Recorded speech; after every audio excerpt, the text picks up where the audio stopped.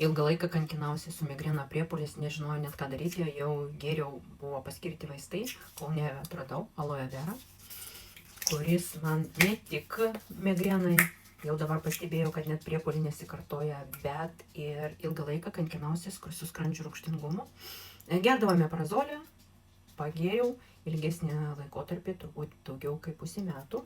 Ir dabar jau senokai, aišku, nebegeriu jokio meprazolio, bet ir vakar galvoju, Dieve, jau nebeatsimenu, kada pasikartoja mano migrena.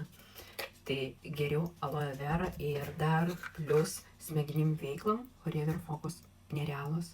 Atminti labai daug tokia buvo, visą laiką tai pamirštu, negaliu surišti du žodžius, reikėjo buvo užsirišti. Tai tikrai galiu drąsiai rekomenduoti, kad ir alavija, kuris tiesiog įsivalė mano organizmą nuo visų nereikalingų teršalų ir